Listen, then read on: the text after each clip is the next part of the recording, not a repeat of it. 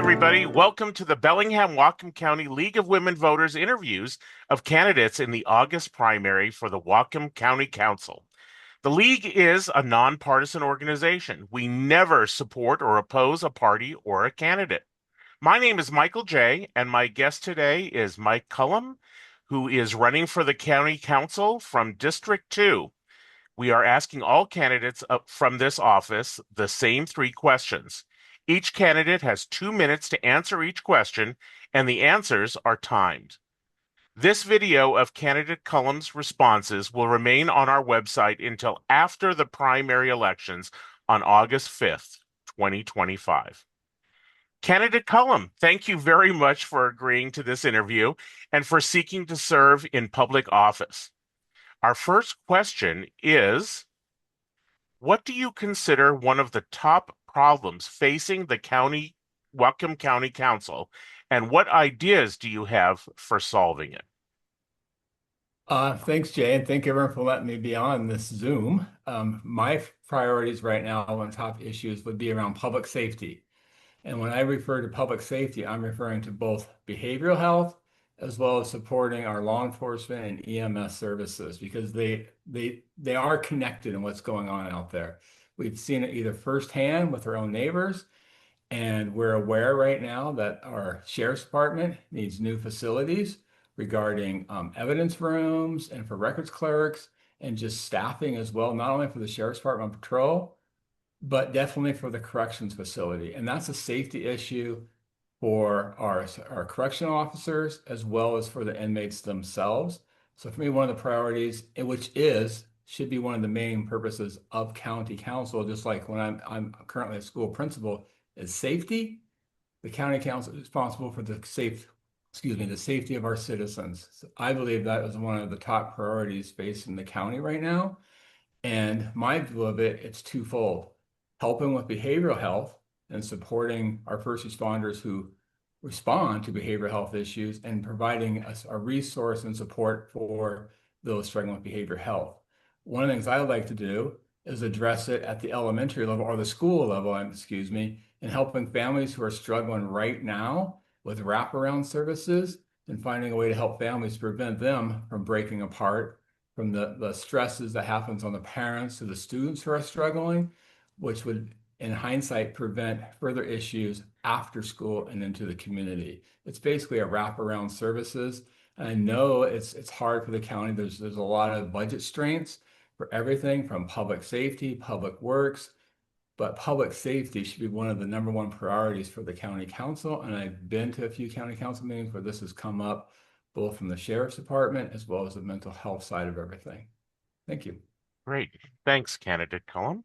My second question is I'm just trying to stop the clock here. Here we go. Okay. My second question is, what programs or services could the county be adding for its residents, and which, if any, it now provides might be eliminated?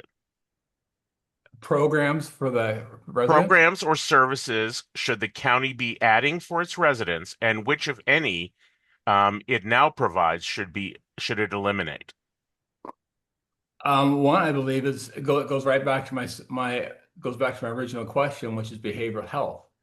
The county had a system working with the sheriff's department of having counselors respond to behavioral health calls.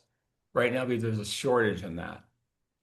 Making sure that we have the personnel to do that would both limit the stresses on law enforcement and also look at behavioral health, not necessarily always as a criminal activity, but as a mental health activity to help those struggling right now with behavioral health issues.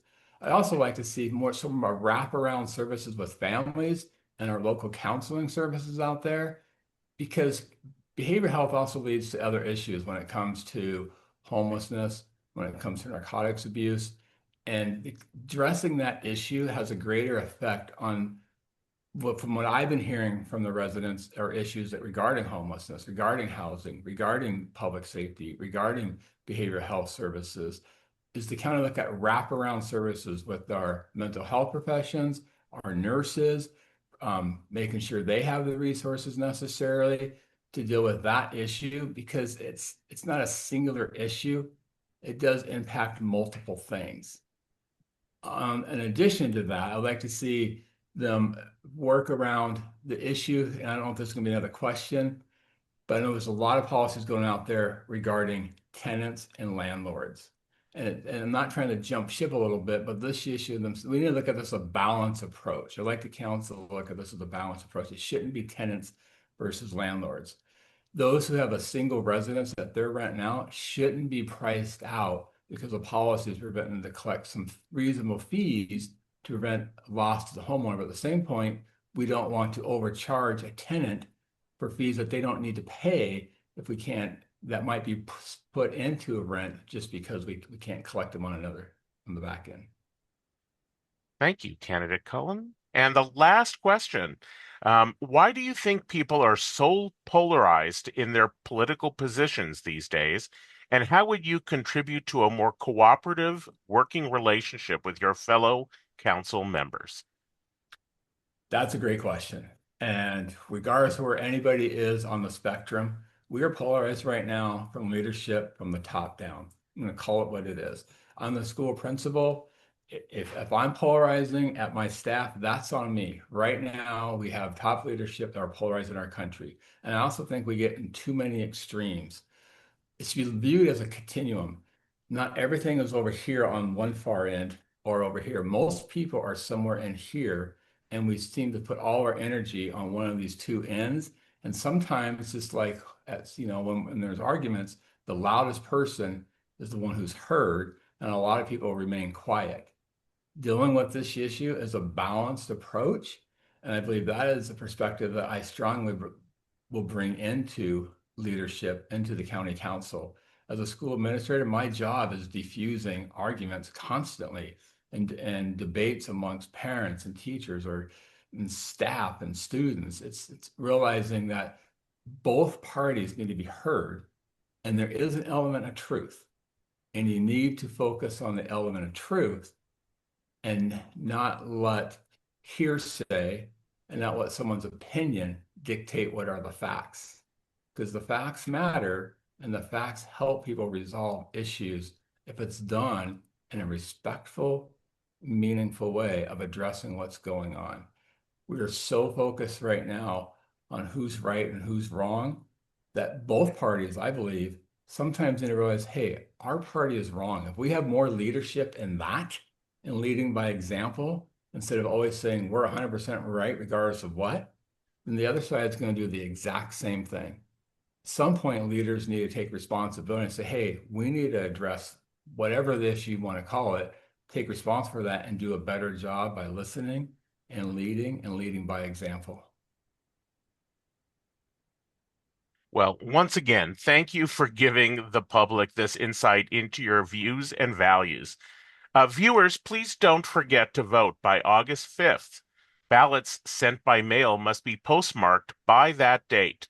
Ballots placed in drop boxes must be submitted by 8 p.m. that day.